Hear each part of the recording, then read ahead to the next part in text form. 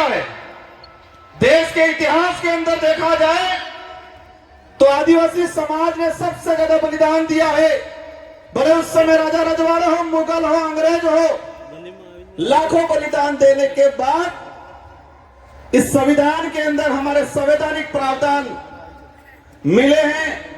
जो कल्चर बचा हुआ है, जो हमारी पहचान बची हुई है, वो भी हमारे पुरखों की बदौलत बची हुई है। तो हम नया कुछ नहीं कर पाएंगे ऐसा लगता है, लेकिन जो हमारे पुरखों जो हमको विरासत में दे के गए हैं, कम से कम उसका संरक्षण करने का काम जरूर करना।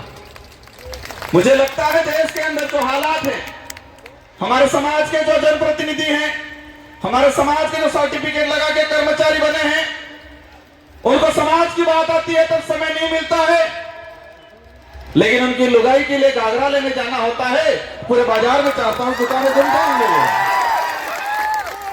लेकिन उस कर्मचारी, उस नेता को समझना पड़ेगा कि जिस सर्टिफिकेट लगा के मैं विधायक बना हूं, प्रधान बना हूं, सरपंच बना हूं, जिस सर्टिफिकेट को लगा के मैं अधिकारी कर्मचारी बना हूं, वो सर्टिफिकेट लाखों आदिवासियों के बलिदान के बावजूद हमको वो सर्टिफिकेट मिला है। ये बात समझनी पड़ेगी।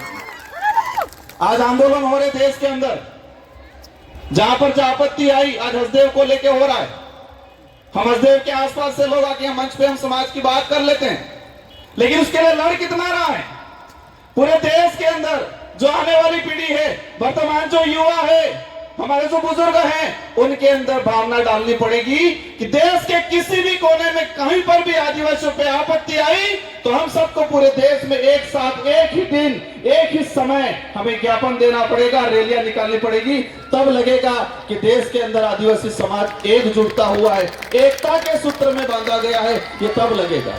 आज देखता हूं मैं आंदोलन की बात, आज यूसीसी समान नागरिक संहिता, मैं इसकी बात इसलिए कह रहा हूं कि मेरे पूर्व पैसा एक्ट की बात हुई, मेरे पूर्व 13-3 की बात हुई, लेकिन समान नागरिक संहिता अगर देश में लागू होती है तो क्या पैसा एक्ट पे असर नहीं पड़ेगा? मैं सवाल करना चाहूंगा कि यूसीसी लागू होती है तो क्या हमारा संवैधानिक प्रावधान शेड्यूल 5, शेड्यूल 6, एट्रोसिटी एक्ट, पैसा एक्ट, इस पे क्या हमारा असर नहीं पड़ेगा? लेकिन इसके लिए हम नहीं बोल रहे हैं। हमें समय नहीं गुजारना है, हमें टाइम पास नहीं करना है, हमें आने वाली पीढ़ी के लिए लड़ झगड़ के हमारे पूर्वजों ने जो बलिदान दे के जो प्रावधान किए हैं उनका संरक्षण करने का काम करना है।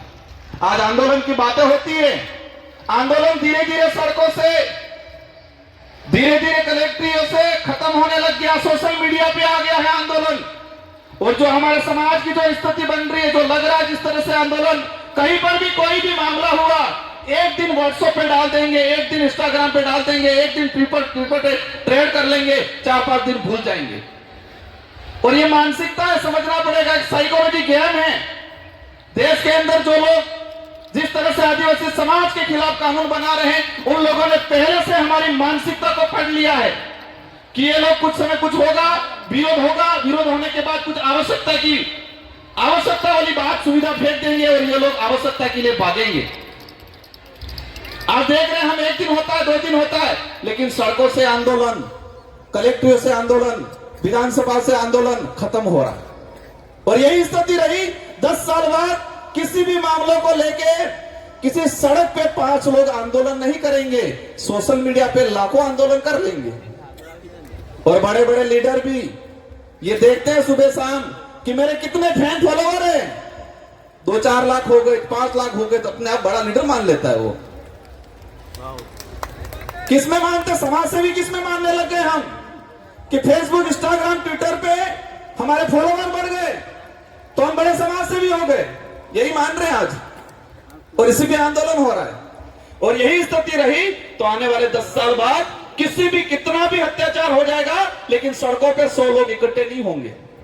ये आदत में परिवर्तन करना पड़ेगा हम लोगों को। और आज देश के अंदर जो स्थिति बनी हुई है, हमें सबसे पहले यह तय करना है कि हमको सुविधा के लिए लड़ना है या स्वाभिमान या अधिकार के लिए लड़ना है। देश के अंदर हम सुविधा के लिए लड़ रहे हैं, आवश्यकता के लिए लड़ रहे हैं, लेकिन अधिकार और स्वाभिमान की लड़ाई नहीं लड़ रहे।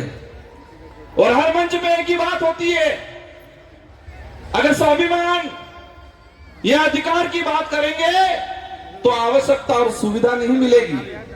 और यही हो रहा है, ये माइंड गेम है कि देश के आदिवासियों को आवश्यकता की लड़ाई लड़वाओ, देश के आदिवासियों को उनको जो उपयोग में दैनिक दिनचर्या में आने वाली चीजें या शौचालय बाथरूम की आवश्यकता की लड़ाई लड़ रहे हैं हम लोग, अधिकार की लड़ाई स्वाभिमान की लड़ाई नहीं लड़ते। और कई मंचों पे देखा है मैंने, आवश्यकता की बात करो सब स्वीकार करेंगे, लेकिन अधिकार और स्वाभिमान की बात करते हैं तो वहां पर लगता है ये बात नहीं करनी चाहिए। भाइयों, अगर स्वाभिमान और अधिकार की लड़ाई नहीं लड़े तो आने वाले समय में जानवर और हमारे में कोई अंतर नहीं रहेगा।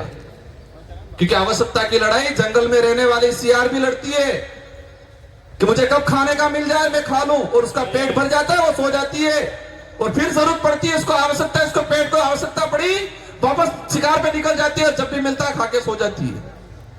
तो हमें तय करना है कि स्वाभिमान की लड़ाई लड़नी है, अधिकार की लड़ाई लड़नी है, या फिर आवश्यकताओं की लड़ाई लड़नी है। और देश में मैंने कई इतनी कम उम्र में देखा मैंने कि हम आवश्यकता की लड़ाई पे ज्यादा फोकस कर रहे हैं, स्वाभिमान और अधिकार की लड़ाई पे ज्यादा फोकस नहीं कर रहे हैं। आज देश की जो स्थिति बन रही है, आज हम जनप्रतिनिधि, मैं खुद भी अपने आप को जिम्मेदार मानता हूं, और मैं हम हर हमेशा कोशिश करता हूं कि मेरे समाज के लिए, मेरे क्षेत्र के लिए और आने वाले भविष्य के लिए लड़ाई लड़े है।